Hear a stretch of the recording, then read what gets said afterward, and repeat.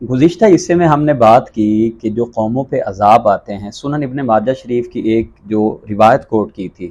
جس میں نبی پاک صلی اللہ علیہ وسلم نے فرمایا کہ جب میری قوم میں 5 باتیں پائی جائیں گی تو یہ اللہ کے عذاب کے مستحق بن جائیں گے۔ ہمارے ہاں جو مختلف عذاب آ رہے ہیں، یہ سیلاب کا آنا، بارشوں کی کثرت، پانی کی کثرت،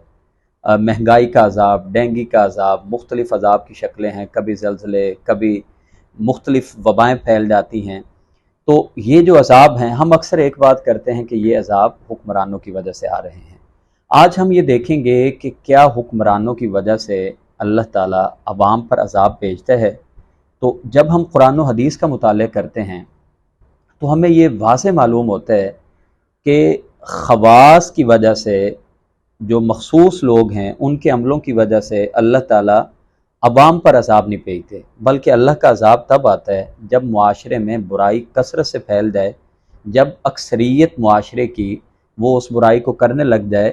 اور جو اچھائی کر رہے ہوں وہ صرف خود تو اچھائی کر رہے ہوں لیکن وہ لوگوں کو برائی سے منع نہ کریں اور اچھائی کا حکم نہ دیں۔ یعنی وہ اپنے آپ کو تو انہوں نے محدود کیا ہوا ہے اچھا کام کرنے پہ، اپنے فرائض تو وہ پورے کر رہے ہیں، مگر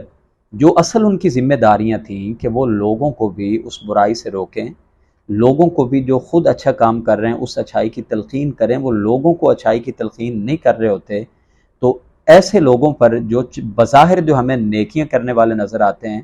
ایسے لوگ بھی اللہ کی پکڑ میں اور اللہ کی گرفت میں آ جاتے ہیں۔ نبی پاک صلی اللہ علیہ وسلم کی ایک حدیث مبارکہ ہے جس میں آپ نے عرب کی تباہی کا تذکرہ کیا۔ آپ کی بیوی سیدہ زینب بنت جحش رضی اللہ عنہا نے جناب رسول اللہ صلی اللہ علیہ وسلم سے دریافت کیا، انہلک وفین الصالحون، اے اللہ کے رسول، کیا ہم ہلاک ہو جائیں گے اور ہم میں نیکوکار بھی ہوں گے؟ یعنی کیا یہ ممکن ہے کہ بڑے نیک لوگ موجود ہوں اور ایسی صورت میں بھی اللہ کا عذاب آ جائے؟ تو آپ نے فرمایا نعم، ممکن ہے کہ تم میں نیکیاں کرنے والے بھی ہوں اور پھر بھی اللہ کا عذاب آ جائے۔ ایسا کم ممکن ہے اذا کثر الخبث، جب جو خباثت ہے، جو بے حیائی، فحاشی و ریانی ہے، اللہ کی بغاوت ہے، جب اس میں بہت کثرت ہو جائے گی تو پھر اللہ نیکوکاروں کو بھی سب کے ساتھ عذاب میں مبتلا کر دیتے۔ آج ہمارا اکثر یہی ایک سوال ہوتا ہے کہ اچھا اگر یہ اللہ کے عذاب کی شکلیں ہیں، سیلاب اور مختلف جو عذاب آفات ہم پہ آتے ہیں، تو پھر یہ سب اس کو فیس کیوں نہیں کرتے؟ پھر یہ مخصوص علاقے، مخصوص دیہات، مخصوص چھوٹے چھوٹے شہر جو پانی میں ڈوب جاتے ہیں، کیا ان کے گناہ کچھ زیادہ ہیں؟ تو یاد رکھیے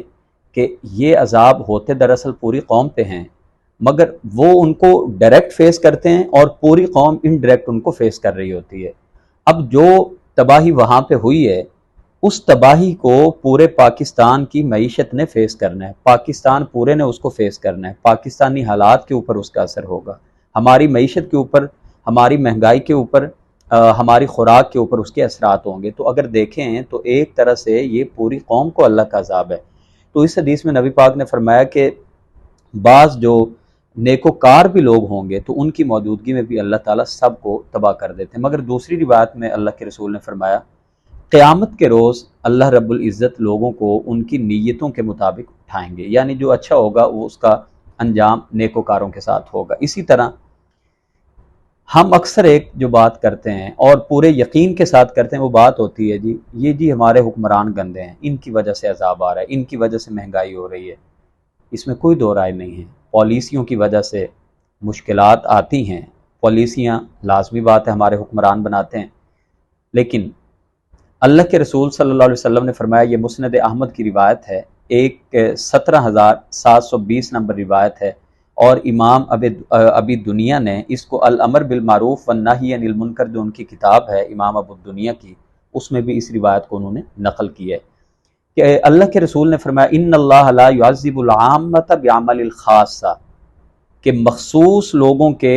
چند غلط کاموں کی وجہ سے، ان کی حرکتوں کی وجہ سے، ان کی بدکاریوں کی وجہ سے لا يعذب العامۃ، اللہ عوام کو، اکثریت کو عذاب میں مبتلا نہیں کرتا۔ یعنی یہ اللہ کا فیصلہ ہے کہ اللہ عوام کو عذاب جو دیتا ہے تو اکثریت کی کوتاہیاں، غفلتیں، بدعمالیاں ہوتی ہیں تو پوری قوم پہ عذاب آتا ہے، حکمرانوں کی وجہ سے عوام پہ عذاب نہیں آ سکتا۔ اب عذاب کب آتا ہے؟ اللہ کے رسول نے فرمایا حتی یر المنکر، حتیٰ کہ لوگ برائی کو، منکر کام کو دیکھ لیتے ہیں بین ظہرا نہیں، وہ اپنے درمیان میں کام دیکھتے ہیں یہ برائی کا کام ہو رہا ہے، وہم قادرون علی ان ینکروہ فلا ینکروہ، اور وہ اس بات پہ طاقت بھی رکھتے ہیں کہ اس برائی کو ختم کر دیں، مگر وہ ختم نہیں کرتے۔ برائی دیکھ رہے ہیں ہو رہی ہے، وہ قادر ہیں، وہ روک سکتے ہیں، ان کے روکنے سے برائی ختم ہو سکتی ہے، مگر یہ نہیں روکتے۔ تو جب ایسے لوگ پیدا ہو جائیں جو لوگوں کو برائی سے منع بھی نہ کریں، فَإِذَا فَعَلُوا ذَلِكَ، جب لوگ اس حد تک نیچے گر جائیں تو عذب اللہ الخاصۃ والعامہ، تو ایسی صورت میں اللہ خواص کو اور عوام کو، یعنی عام و خاص کو اللہ عذاب دے دیتے۔ تو گویا کہ اس حدیث میں اللہ کے رسول نے بڑا واضح کر دیا کہ اللہ کا عذاب تب آتا ہے جب ساری قوم اس لیول تک چلی جائے کہ کچھ لوگ تو برائی کر رہے ہیں، غلط کام کر رہے ہیں، لیکن جو اچھائی کر رہے ہیں ان میں اتنی توفیق بھی نہیں ہوتی کہ وہ لوگوں کو اس برائی سے منع کر رہے ہیں۔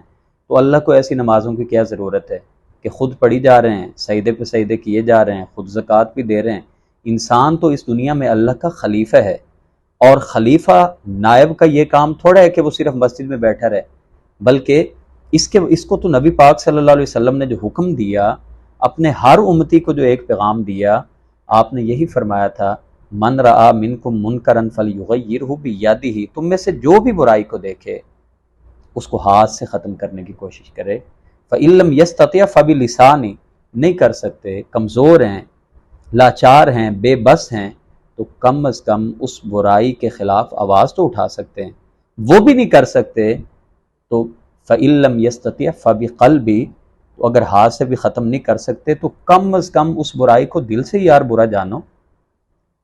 اس پہ تو کوئی آپ کا خرچ نہیں آتا، تو کہا کم از کم اس برائی کو دل سے برا جانو، اس سے نفرت تو کرو، وذالک اضعف الایمان، اور یہ ایمان کا سب سے کمزور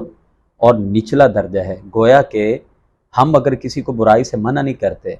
ہم اس برائی کے اوپر دل سے بھی ہم تنگ نہیں پڑتے دل میں، اور ہم اس سے نفرت نہیں کرتے، ہم اس کو برا نہیں جانتے، تو یہ ایمان کا کوئی لیول نہیں ہے۔ کمزور ترین لیول یہ ہے کہ ہم اس برائی کو دل سے برا جانیں۔ گویا کہ یہ جو ہمیں ذمہ داری دی ہے نا